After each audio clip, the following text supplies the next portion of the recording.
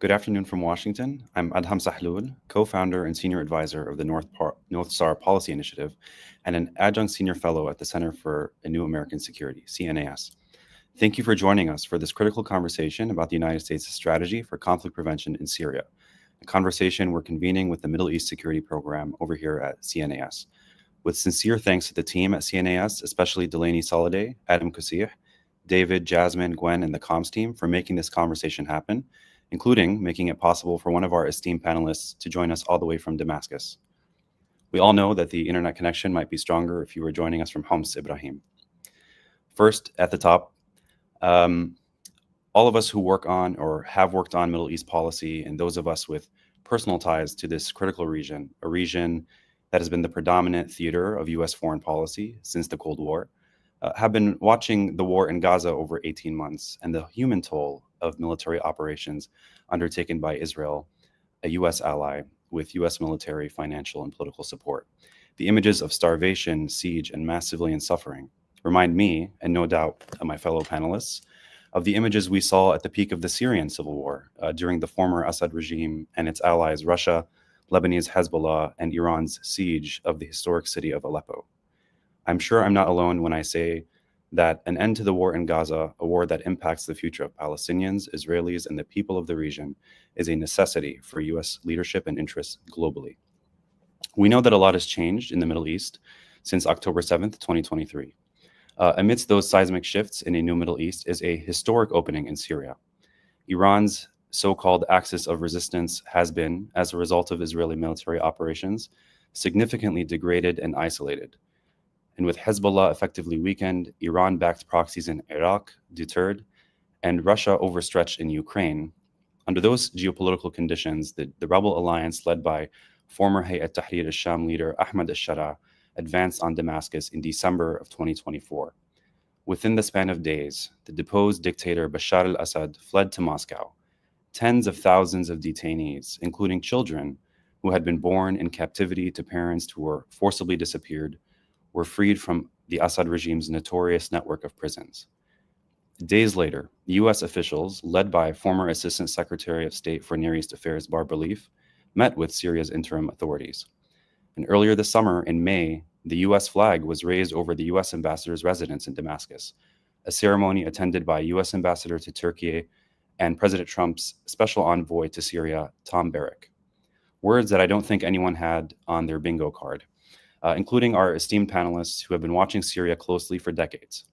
We have an incredible cast of experts joining CNAS today for this timely conversation about the future of U.S. policy in a country that is at the heart of the region's geopolitical challenges. I'll introduce them quickly, give my 2 cents on what's at stake in Syria, ask our panelists to share their views, and then we'll go through rounds of questions, including questions from our online audience. Mona Yacoubian is Director and Senior Advisor of the Middle East Program at the Center for Strategic and International Studies, CSIS. She has more than 30 years of experience working on the Middle East and North Africa, with a focus on conflict analysis, governance and stabilization challenges, and conflict prevention. She was previously Vice President of the Middle East and North Africa Center at the U.S. Institute of Peace, where she managed field programming in Iraq, Libya, and Tunisia, as well as Washington, D.C.-based staff. In 2019, she served as the executive director of the congressionally appointed Syria Study Group. From 2014 to 2017, Yacoubian served as deputy assistant administrator in the Middle East Bureau at the U.S. Agency for International Development, USAID. Dr. Ibrahim Al-Assil is a resident senior fellow who directs the Syria program at the Atlantic Council's Middle East programs. Al-Assil is also a professorial lecturer at George Washington University's Department of Political Science, where he teaches courses on comparative politics and great power competition. His work bridges academic research, policy, and practice, informed by his engagement in conflict resolution, regional Track 2 dialogues, and grassroots movements across the Middle East. He has held fellowships at Harvard University's Center for Public Leadership, the Middle East Institute, and the Orient Research Center. He was a founding member and former president of the Syrian Nonviolence Movement, and has served on the boards of the Harvard Arab Alumni Association. Al-Assil has advised U.S., European, and regional policymakers, testified at the United Nations, and contributed to policy and academic conversations across the world. Daniel Schneiderman is an adjunct senior fellow at the Center for New American Security's Middle East Security Program. He previously served as the senior coordinator for Afghanistan. Daniel reported directly to the Undersecretary of Defense for Policy on all defense policy matters involving Afghanistan. The Office of the Special Coordinator for Afghanistan was established in April 2023 and acts as the official Department of Defense liaison to the congressionally mandated Afghanistan War Commission. Before joining DoD, Dan served as the Deputy Special Representative for Guantanamo Affairs at the Department of State. And before joining the Biden-Harris administration, Dan was the head of advocacy and research for the U.S. program at the International Crisis Group, where he served as a subject matter expert on global conflict issues and shaped crisis groups' engagement on with the executive branch, Capitol Hill, and the Washington-based nonprofit community. Previously in his career, Mr. Schneiderman served on the National Security Council staff as Director for Yemen from May 2016 to May 2017, where he helped lead the U.S. government's preparations for engagement in the UN-brokered peace process and response to the humanitarian crisis in Yemen. Before I turn to our panelists, here's my quick rundown on where things stand in Syria and U.S. policy. First, why Syria matters geopolitically. Syria sits at the crossroads of 3 continents and remains strategically vital to U.S. interests in the Middle East. The country's location makes it a critical corridor for energy transit, trade routes, and regional power projection. Syria's borders with Turkey, Iraq, Jordan, Lebanon, and Israel mean that instability there reverberates across the entire region, affecting NATO allies, key partners, and adversarial actors alike. Its cultural heft and mosaic of communities, Arabs, Kurds, Druze, Alawites, Circassians, Armenians, Syriac, Assyrians, a historic Syrian Jewish community, Turkmen, Chaldeans, Palestinians who made Syria their home after 1948, Sunnis and Shia, and now encouragingly, tourists from around the world, sitting at the heart of the Arabic-speaking world. All of this made Syria's pariah status under 5 decades of Assad dictatorship particularly pronounced. The Syrian conflict of 2011 and 2024 fundamentally reshaped Middle Eastern geopolitics. Not unlike the Spanish Civil War prior to the Second World War, Syria was an early arena for great power competition, with Vladimir Putin's Russia expanding its military footprint, while Iran used Syria to project power and consolidate its so-called axis of resistance. For the United States, Syria represents both a humanitarian imperative and a strategic challenge that intersects with counterterrorism, migration, regional stability, and alliance management. American policy towards Syria has faced persistent challenges since 2011. The Obama administration's initial approach combined diplomatic pressure, sanctions, and limited support for opposition groups. It goes without saying that without the American people's generous support through State Department and USAID foreign assistance programs, areas that were able to get out of Assad regime control would not have been able to sustain healthcare, education, basic services, and utilities as the conflict and humanitarian crisis expanded. But the Obama administration struggled with the tension between the stated goals of Assad's departure and limited means to achieve it. The Red Line episode in 2013 over Assad's chemical weapons use highlighted the gap between rhetoric and action. The first Trump administration's approach oscillated between cosmetic military strikes, maximum pressure on Iranian influence, and attempts at broader disengagement from Middle East conflicts. Let's recall that what caused Secretary of Defense James Mattis to resign from the Pentagon was Trump's attempted withdrawal of troops from northeast Syria. Throughout this period, in Trump's first term, U.S. policy grappled with competing priorities: counterterrorism against ISIS, containing Iranian expansion, managing Turkey's concerns, supporting Kurdish partners, and addressing the humanitarian crisis, all while Russia and Iran deepened their involvement. And regional partners and allies began to think about what was then considered normalization with the Assad regime on a number of files. Today's policymakers face a dramatically transformed landscape following President Trump's May 2025 meeting with interim Syrian President Ahmed al-Sharaa in Riyadh. This engagement represents a potential pivot toward partnership, but comes amid ongoing volatility. Sectarian clashes in southern Syria and on the Mediterranean coast, questions about integration with US-backed Syrian Democratic Forces, or the SDF, and reintegrating communities in northeast Syria, along with Israeli strikes and holding of further territory after Assad's departure, threaten the country's fragile stability. At face value, the reset in US-Syria relations are off to a compelling start. Yesterday, U.S. Ambassador to Turkey and Envoy to Syria Tom Barrack attended a ceremony in Damascus announcing the signing of agreements worth more than $14 billion including investments in the Damascus airport and other transportation and real estate projects. U.S. Central Command has also been cooperating with the new Syrian government on counterterrorism operations. Washington must now navigate several complex dynamics simultaneously, dynamics that our esteemed panelists will dive into. Those include calibrating engagement with the new Syrian government, supporting a political transition that is inclusive and empowers the vibrant tapestry of Syrian society, including and especially women and minority communities, balancing support for the security concerns of Syria's neighbors while upholding Syrian sovereignty, and addressing ongoing humanitarian needs while preventing conflict escalation. And doing all of this while the Trump administration has eliminated the foreign assistance, diplomatic, and human rights programs and personnel that were best positioned to navigate these dynamics, I might add. Without further ado, let me turn to our panelists for their insights. Mona, how impactful was the collapse of the Assad regime in Syria, and how did it impact regional dynamics? And how has this changed Washington's relationship with Damascus? Well, thank you so much, Adam, and thanks to CNAS for including me. And also, it's a great pleasure to be with my esteemed panelists who are also great friends. I think it's not an exaggeration to say that the collapse of the Assad regime is by far the most significant development to take place in the region, really in potentially, you could say, in decades. I think this is a generational, once in a lifetime, as you put it, historic opportunity. I would also note, though, that it is fraught with peril, and I hope to have the chance to lay down some of those challenges. But we're seeing, as a result, really a realignment of power dynamics across the region. We are seeing, of course, the rise of Turkey or Turkish influence in Syria, Turkey playing a key role. We're also seeing Israel exert its influence in the country and attempt to shape the trajectory in different ways, in particular using military means to try to shape what happens, particularly in the south. We're seeing the Gulf engage in Syria in ways, I think, that are significant. What I think is noteworthy about Gulf engagement is that I think what we're seeing, I believe, is a conclusion that Gulf countries have taken, that Syria is better served as an arena for their cooperation rather than their competition and rivalry.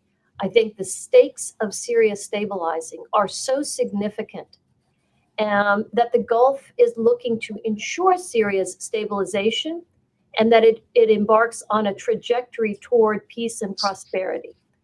In that regard, I would really highlight that Syria's geostrategic location is so significant in the region that its successful stabilization really will lead to the fruition, Adam, of what you opened up with, this idea of an economic and strategic crossroads where we could potentially see, with a stabilized Syria, a diverse economic ties being built out from the Gulf through Syria to the Mediterranean and onwards to Europe. Syria serving as a gateway toward Egypt and then onward to sub-Saharan Africa.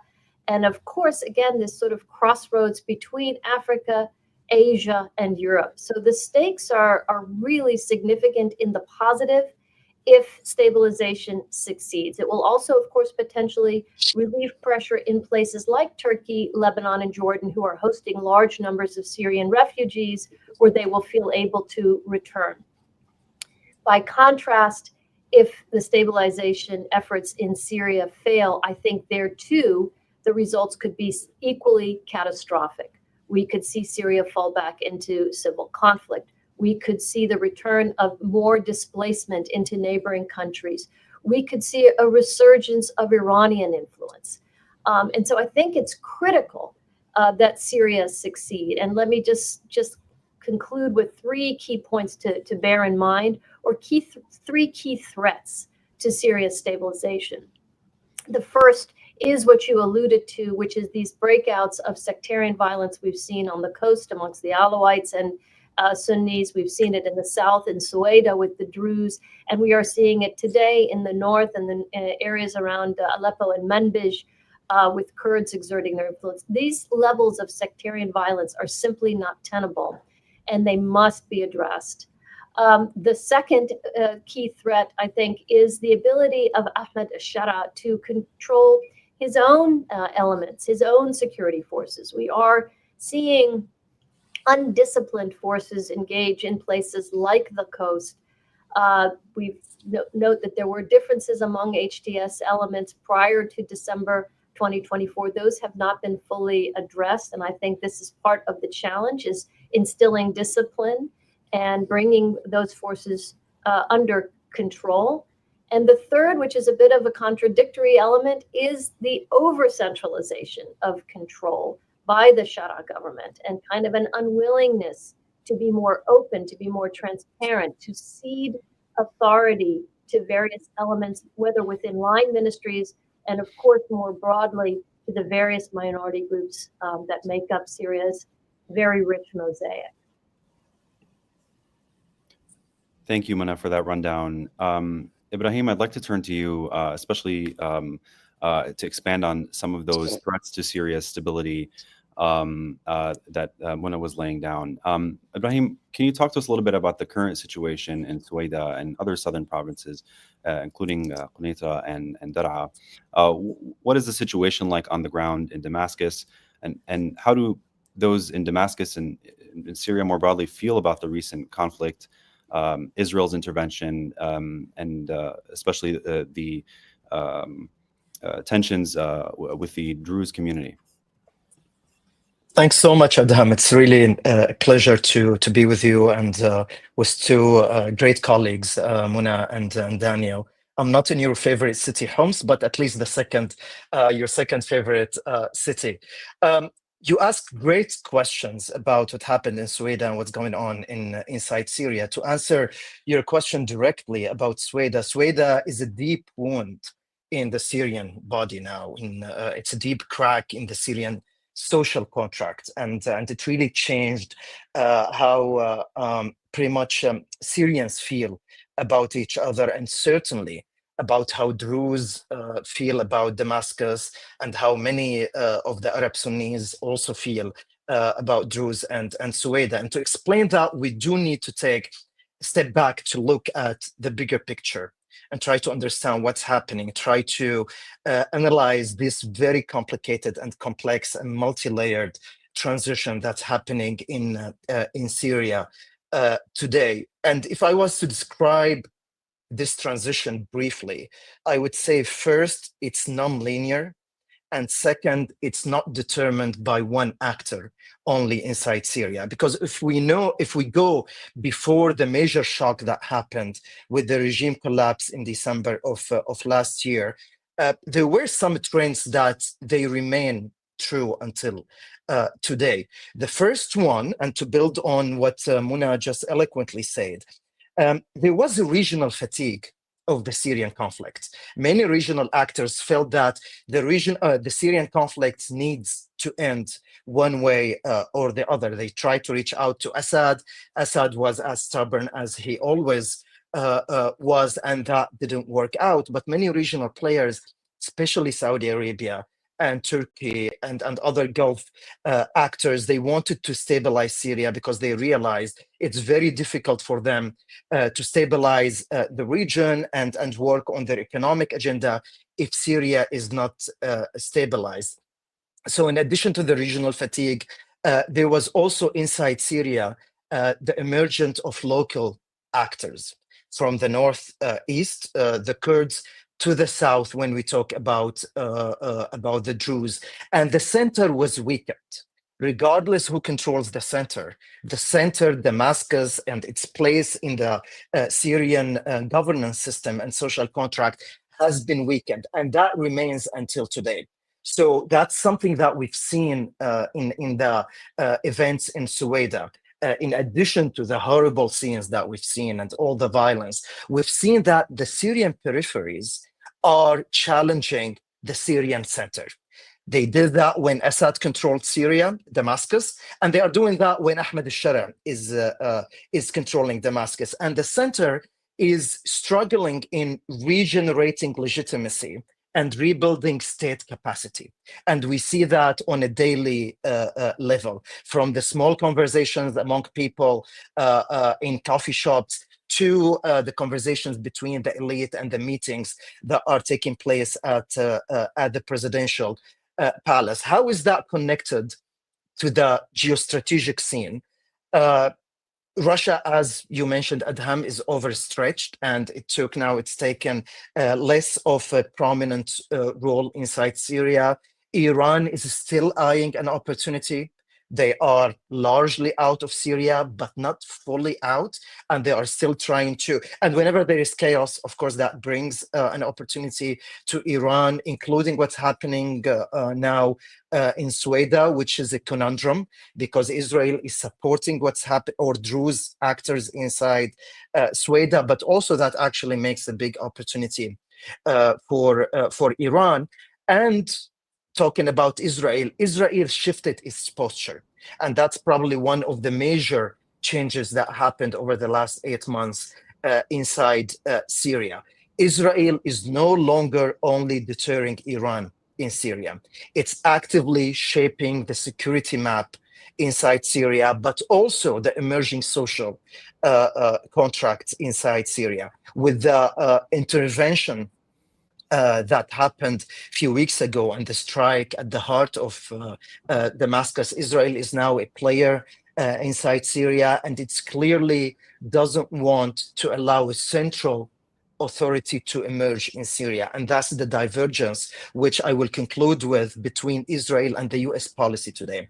The US policy wants to stabilize Syria and to support a central government. On the contrary, for Israel, they do not want to unify Syria. They want to keep Syria fragmented, especially that the central government in Syria is a government that they do not trust at this point, and they see that by supporting peripheral actors, that would give them a leverage in the future. This divergence between the United States and Israel is detrimental for Syria's future, and how the US tries to bridge that gap is certainly decisive. So many elements, so many variables, and I'm happy to delve deeper discussing them in the Q&A.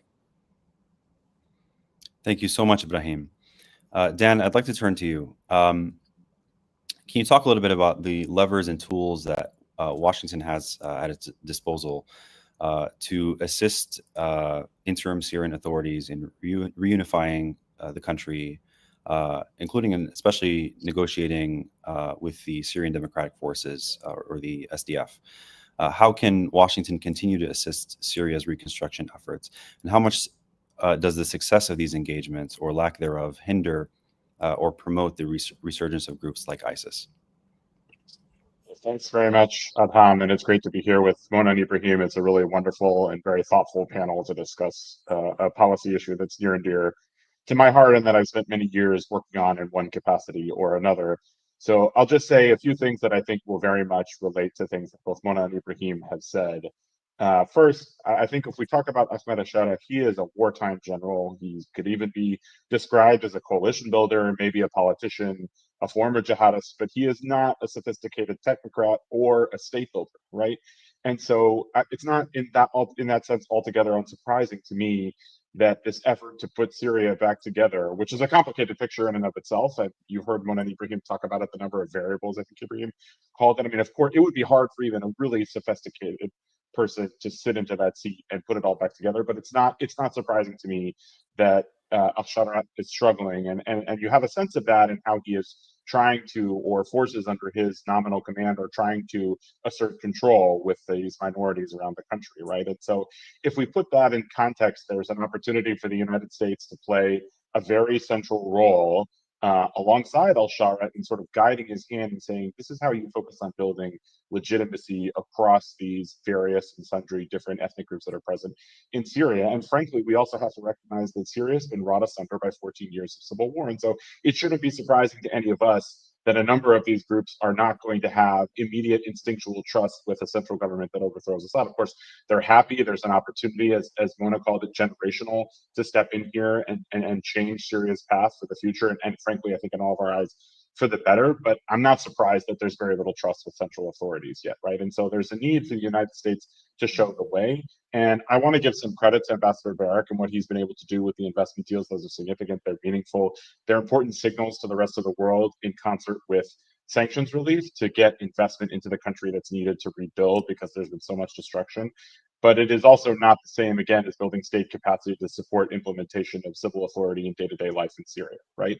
And so that's where, as you rightly identified, Adham, the loss of the resources from USAID and Mona, I mean, think about what OTI and CPS could be doing in a moment like this with flexible funding authorities and the ability to go fast and get programming on the ground quickly inside of state institutions. It's exactly the kind of thing that USAID and I should say also the former Bureau of Conflict and Stabilization Operations at the State Department were built to do.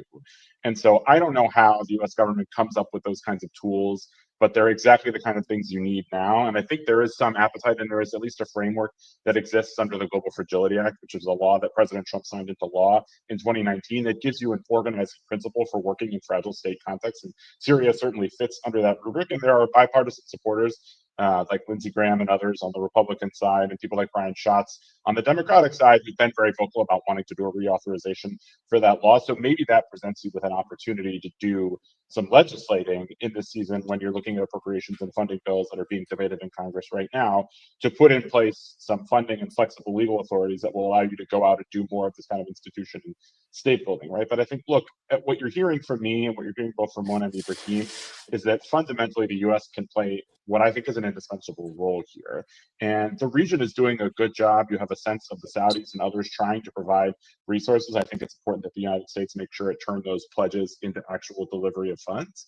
But that's different than the US playing that leadership role and focusing attention in a way that's constructive, right? And I think we also have to acknowledge, look, regional actors are doing a lot to try to bring the war in Gaza to a close. And so there is a sense of exhaustion when you talk to senior diplomats from some of these countries that are heavily involved in the talks, but they have a lot invested, both personally and as national governments, in trying to get the ceasefire across the goal line. And then some of them have been on the front line of attacks by Iran in the midst of the Israel-Iran confrontation that we've seen over the last few weeks and months, right? And so their bandwidth to go and invest significant hand-holding time with the Syrian government in a moment like this, as important as it is limited. And so this is where the United States has got to step in. And so when I'm thinking about policy options for Washington, there are just two additional ones that I want to put on the table. One is, look, it's past time for the United States to open the embassy in Damascus. This is the moment.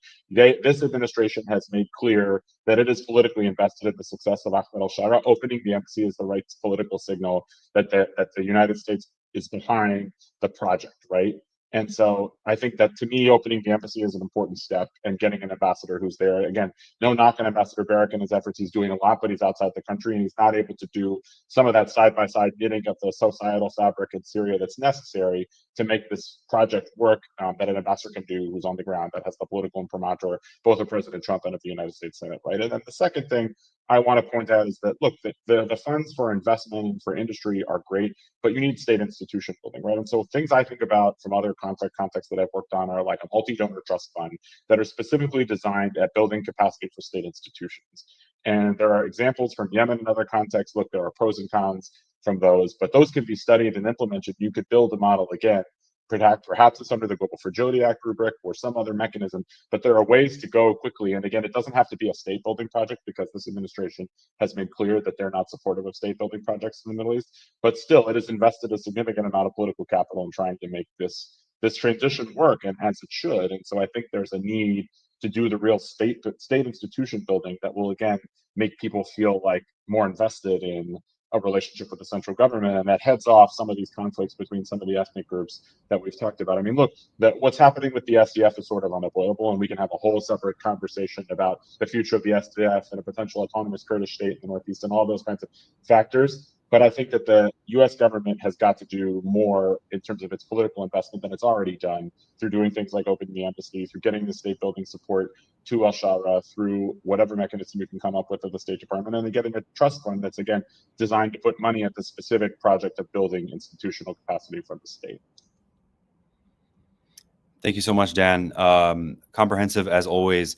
Before we go through a round or two of questions, would like to invite the audience to ask their questions. And they can do so using the chat box on the live stream or using hashtag CNAS 2025 on X.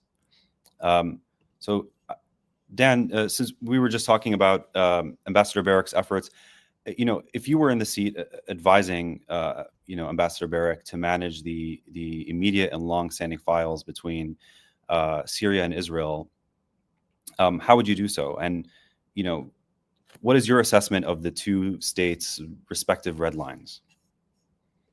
Well, I think there's a degree of balancing that's being done, and I think part of the issue is that Steve Witkoff is the person that's really doing the vast majority of the backing and forthing with the Israelis on any given number of issues. And so I don't have a direct window into what Barrick's conversations with the Israelis are like. There's clearly some effort to broker a rapprochement because the Trump administration has made very clear that eventual accession to the Abraham Accords is an important part of how it views the future relationship with the Syrian government, right? And so we know that going back from the meeting in April.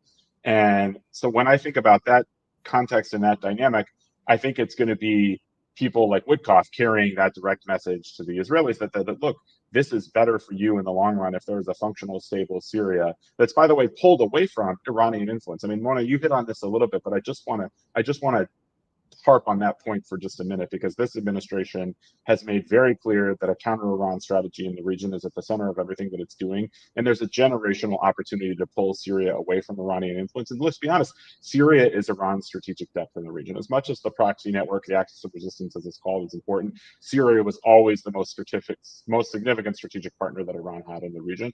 And imagine the gain in the competition between the United States and Iran in the region that comes from pulling Syria away more definitively and permanently from Iranian influence and support to Iranian causes in the region. And so for me, I'm thinking about saying to the Israelis, like, get in line a little bit with our strategy here, and in the long run, it will benefit you, even if you perceive near-term threats that are arising out of Syria. The Israelis have also shown that they're not afraid of taking action against those threats, right? And so I think there's the ability for the United States to say, okay, you can continue to do a certain amount of strikes that are taking on direct threats you pose, from weapons being transferred to Hezbollah or those kinds of things that pose a direct threat to Israel. But that also then requires some messaging behind the scenes to the al-Sharaa government, because as Ibrahim alluded to, right, there's a real question of the defiance of his Syrian sovereignty and what that does to al-Shara's political legitimacy at a moment like this, where he's already dealing with so many different conflicting factors. So it's not a simple answer, but it does involve, I think, more direct backing and forthing than Barrick's been able to do himself, with Syria at the center of those conversations as opposed to the ceasefire in Gaza. Thank you, Dan. Ibrahim, I'd like to ask whether you assess that Washington has the will and political capital to continue providing assistance to Damascus while contending with the regional geopolitics, with Turkey, Israel, and the Arab Gulf states competing for influence, all at play in Syria and the broader Levant.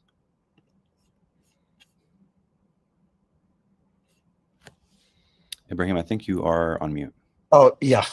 It does, and it should. The United States does have the political will and the leverage inside Syria. It has a huge leverage, militarily, politically, economically, the sanctions, the support for the Syrian Democratic Forces, the American troops in the north east, and the relationships with Turkey, with Israel, with Jordan, with the Gulf.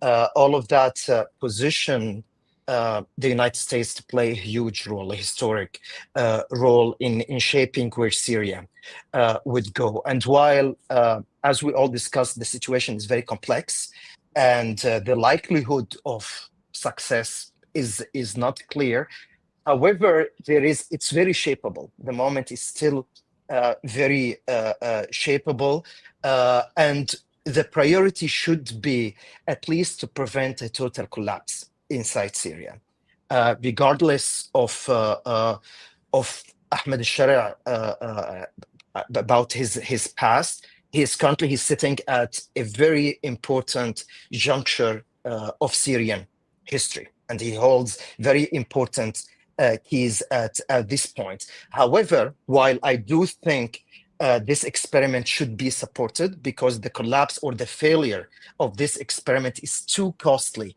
for everyone. But at the same time, I do think that we should not hyper-focus on the center only, because fragmentation is the reality inside Syria now.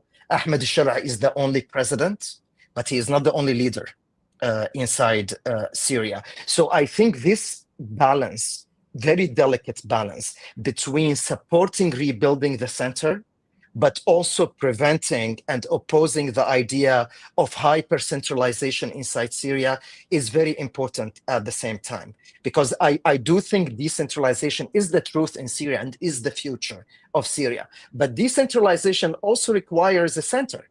It requires some state institutions in the center. So I think the United States needs to balance between these two aspects, between supporting state institutions in the center and at the same time understanding that the old model inside Syria is dead and it cannot be revived again. And it was actually at the core and the root causes of the Syrian uprising, this hyper-centrality of Damascus. And finally, of course, the idea of Turkey and Israel and diffusing that tension. The United States is also positioned well to play that role between Turkey and Israel, because this tension, if it increases, it will also, geopolitics in Syria is a domestic issue.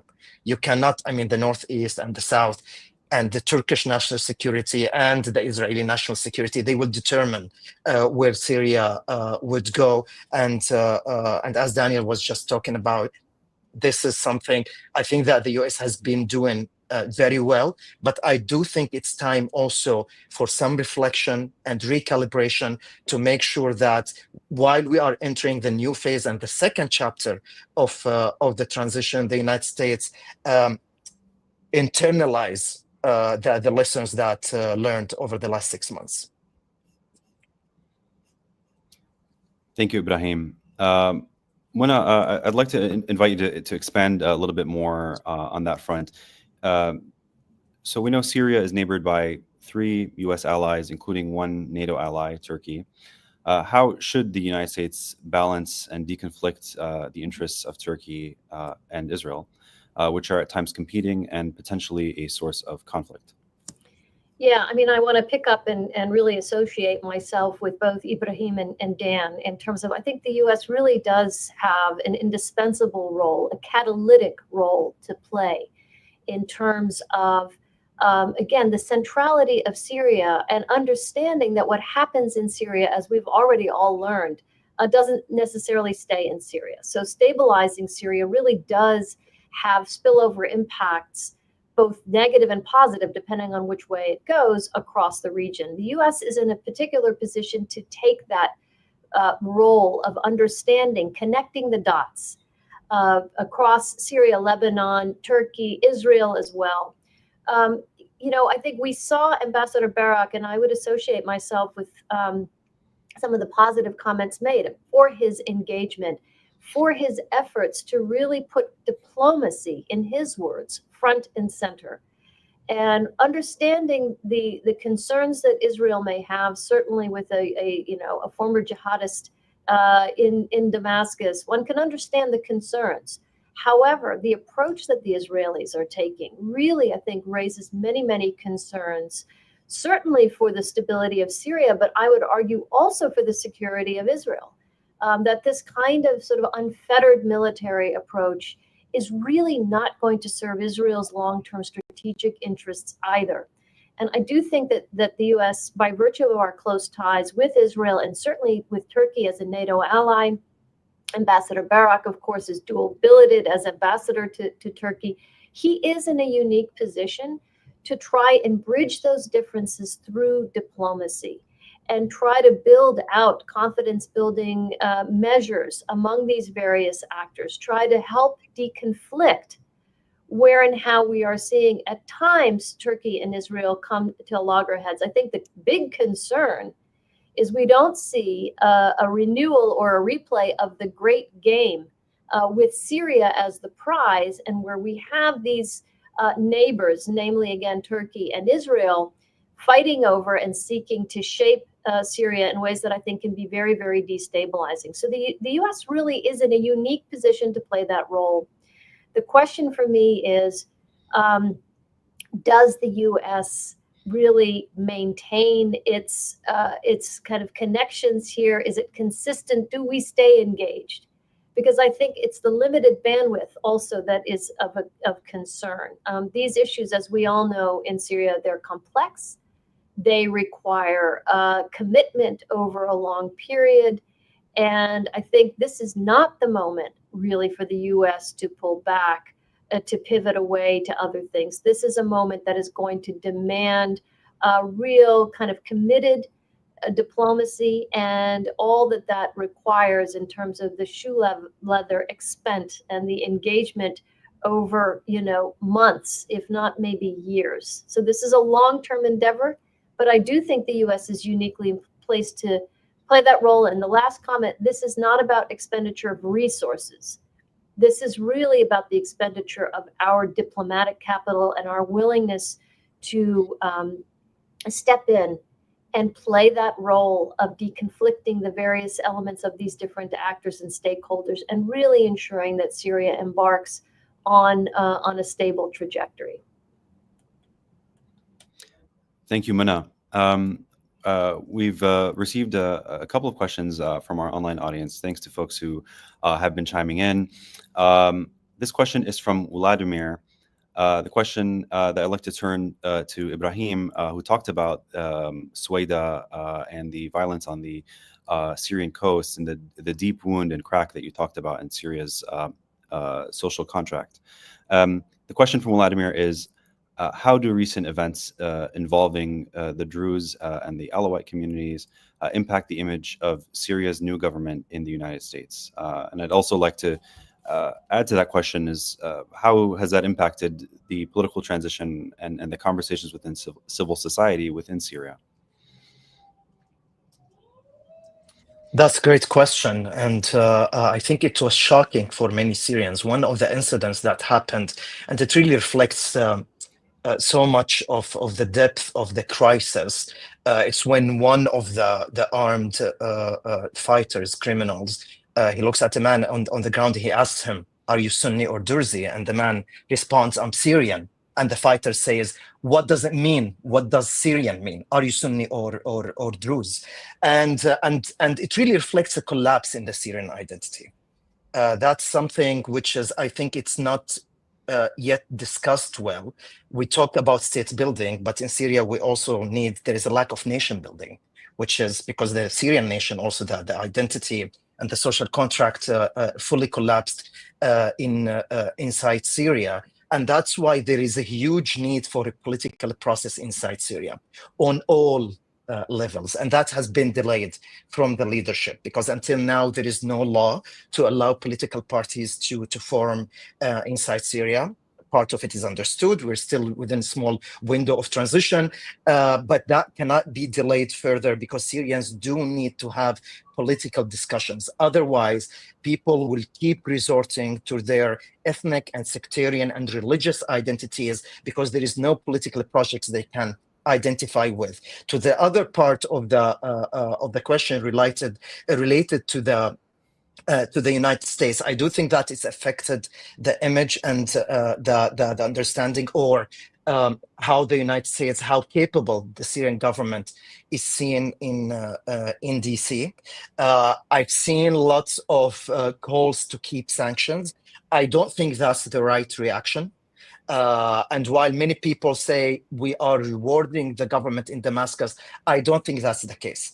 I do think sanctions at this point, they are still a big obstacle to rebuild the Syrian middle class, to rebuild society inside Syria and allow political discussions. So I do think that's one of my recommendations, that it's still a burning urgency to lift sanctions on Syria. They've been paused, but they are not yet fully lifted, and that should not be what needs to be changed in the U.S. Syria policy discussion. Thank you, Ibrahim. Our next question from the audience comes from Mehdi. Dan, I'd like to turn this question to you. Mahdi asks, in light of renewed regional escalations and shifting alliances, what are the opposing forces shaping Syria's economic future? Wariness versus opportunity, isolation versus reintegration. How should investors, entrepreneurs, and the diaspora weigh the risks of instability against the potential for long-term rebuilding and market entry? I'll add to that, our colleagues at CNAS's Middle East Security Program, Alex Zerdin and Eitan Danon, have been doing some great work on studying the sanctions issue and how that's impacting investment in Syria. Thanks. It's a very good question, Adham, and I think I would say the following. Look, if I'm advising private business, what I'm saying to them is it's not the time to put a significant immediate investment into Syria because all the sanctions haven't gone away.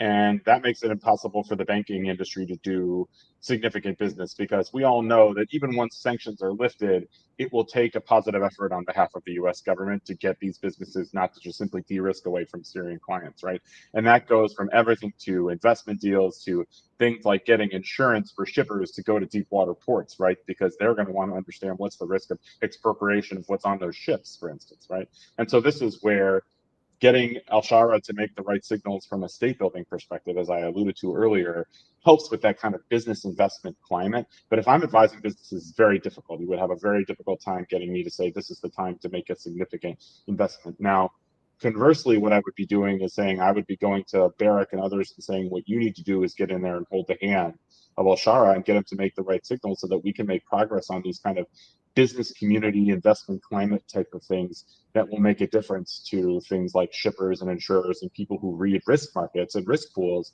to say, okay, we're ready to go in and give this government more of a pass because there's just too much of a track record in Syria right now that's weighing against that without significant muscle movements on the sanction side. And then also, look, we also can't look away from Ahmed al-Shara's past, right? That is ever present in the background, who he was. And I think many of us, for the purposes of the future of Syria, are willing to give him the chance to prove that those things really are in his past, but they're always ever present, and they're always ever present in the mind of the business community and those who would make significant economic investments in this. Again, to come back and seem a little bit like a broken record, is where the United States has to do hand-holding with the business community, right? And this is where I really do give Tom Barrack a lot of credit for getting the region to put up significant resources that will then be things that can draw in additional investment from other parts of the international community and serve as seed funding. But there's that hand-holding and that signaling that's so important, and it could be the smallest missteps. And to be clear, I'm not calling what's happened in Sweda or on the coast in Tartus small missteps, but they are things that can, in theory, be avoided if al-Sharaa has better command and control over his military units. And I know he's made some efforts that I want to give a nod to in terms of building a better culture inside of these armed forces. But, they need more training and regularization. And we know that building norms amongst armed forces takes a significant amount of time. But it's that kind of thing that the United States can and should be working hand in glove with him on, because, again, as I said, they've already committed the political capital of having the President of the United States do a meeting and provide the political cover and investment for this project that entails, right? And so take the next few steps that I've already outlined and that Ibrahim and Mona have alluded to as well to make this project work or give it the best possible chance of succeeding. Thanks, Dan. And I'll add that, in addition to al-Sharaa and the officials, closest to him, I think one of the benefits that the United States and policymakers who are invested in the future of Syria, I think, a silver lining is that this wealth of Syrians that fled Syria during the crisis, but then, during that interim period of over 14 years or so, studied at some of the greatest diplomatic, academies in Europe and the United States, worked at the UN, worked with, the U.S. government, with think tanks and so on, who have now joined and have inherited this new Syria and joining the government as technocrats. I think that is a silver lining of that, of course, the human devastation and the mass displacement, but as partners that the United States and Europe can look to work with in sort of this question of de-risking, but also Syria's transition more broadly. a question from the audience that I'd like to turn to Mona. This is from Adam. Looking more broadly in a post-October 7th Middle East, how does Syria factor into a U.S. Middle East strategy focused on recovery and stabilization, economic partnerships, and security cooperation? What a great question. And, I think that Syria really can play a linchpin role in moving what I would call an emerging order in the Middle East, because I do believe the region is at a hinge moment. And I think we are seeing the emergence of a new Middle East. How those contours will be shaped is up for grabs. I think the U.S. could play a key role by working hard and, as I said before, engaging diplomatically on ensuring that Syria's stabilization, and frankly, alongside that of Lebanon, which is right next door, and which I think also stands in front of a very important opportunity following the decimation of Hezbollah, moves to disarm Hezbollah. There are really potent changes afoot. I think the role that needs to be perhaps highlighted, though, right now also is that of the Gulf, where, because, as has been noted, the U.S. is not going to play that role of major assistance provider. We no longer are going to have a big footprint in the region. I think it's important to understand and acknowledge the role of the Gulf and the funding that they are providing. We've already seen the Gulf step up in Syria in important ways, whether it's, the Qataris and the Saudis paying off Syria's World Bank debt, whether it's provision of civil servant salaries. These are really important moves. What I think is lacking, and where I think the U.S. can play a role, though, is bridging those funding efforts with all of that knowledge, those lessons learned, best practices, technical know-how that the U.S. has a repository of, in terms of, former USAID folks, as well as, frankly, lots of people, INGOs, multilaterals. The U.S. can play a key role in bridging the expertise, the funding, and the key stakeholders on the ground in Syria to really help this vision come into fruition, to have the region really as a whole finally emerge, I think, in the way that many in the region are looking for. I think you've noted there is this, or Ibrahim, I think, rightly noted the fatigue with conflict.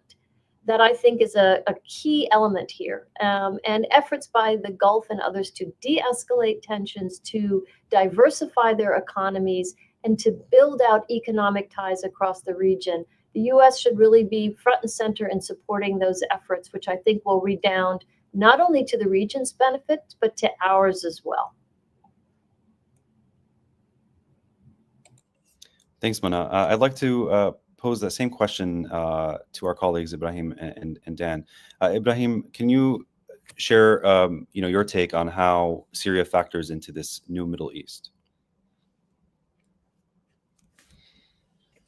It's a big transitioning piece in the new Middle East, and we still don't know where or how Syria will look like in the future when we're discussing how shapeable it is. And that means the Middle East is still, or is at, a very shapeable moment, whether Syria will be stabilized or not, not necessarily prosperous or not, but at least stabilized, that no new waves of refugees come out of Syria, and of those refugees go back from Turkey and Jordan and Lebanon to Syria. All of that will reshape the Middle East and will change the trajectory. When it comes to the idea of post-October 7th and Israel, we do see that the Israeli decision-making calculations is very different than the other regional actors. All regional actors changed so much over the last decade.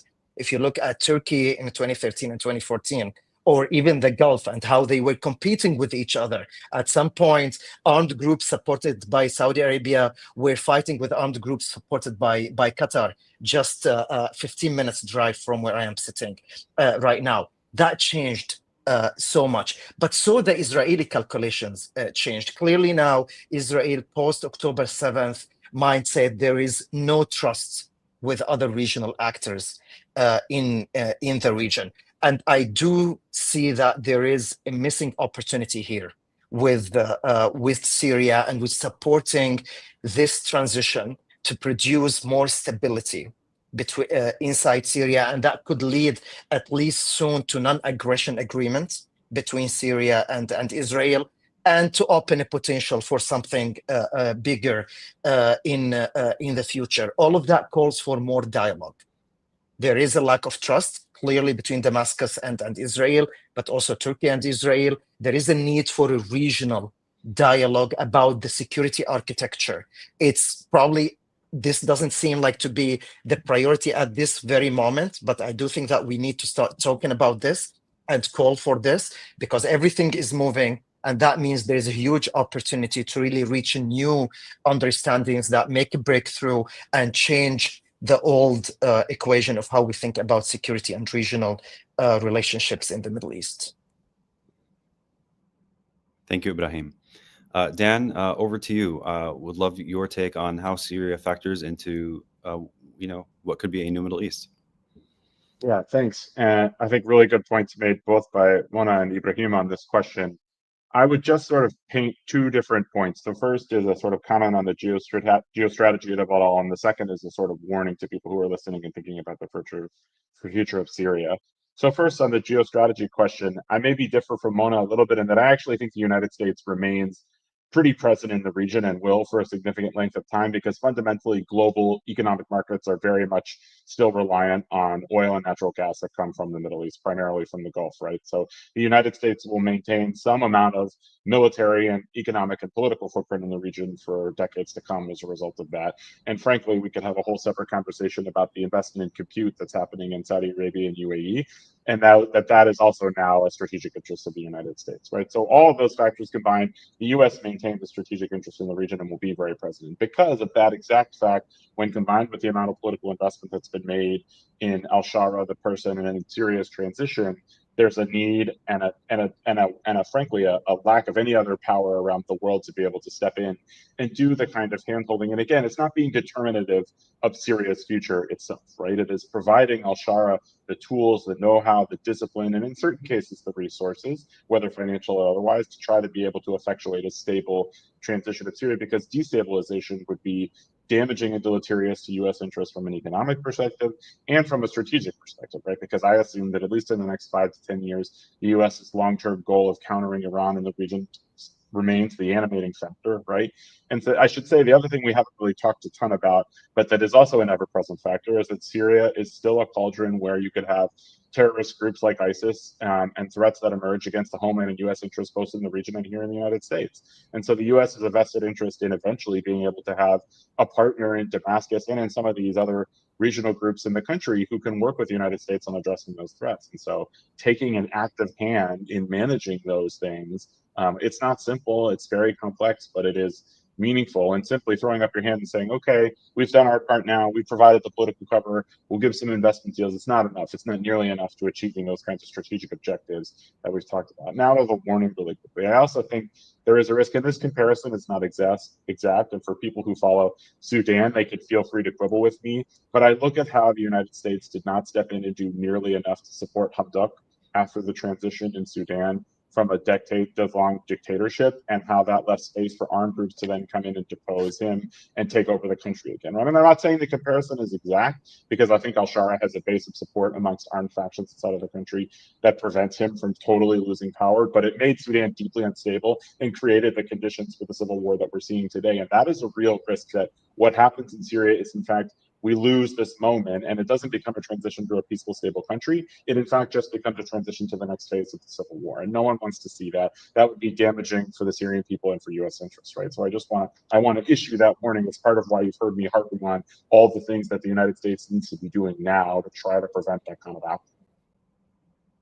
Thank you, Dan. And for folks watching who might disagree with Dan on the Sudan comparison, you can find him at Schneiderman DM on X and quibble with him. Thank you so much, Mona, Ibrahim, and Dan, and to all who joined us. We talked about what's at stake for U.S. interests in the Middle East, particularly in Syria, why Syria matters, how Syrians are seeing events unfold on the ground during this historic period, and what levers are available to U.S. and Western policymakers. Thank you for joining this conversation at CNAS. Until next time.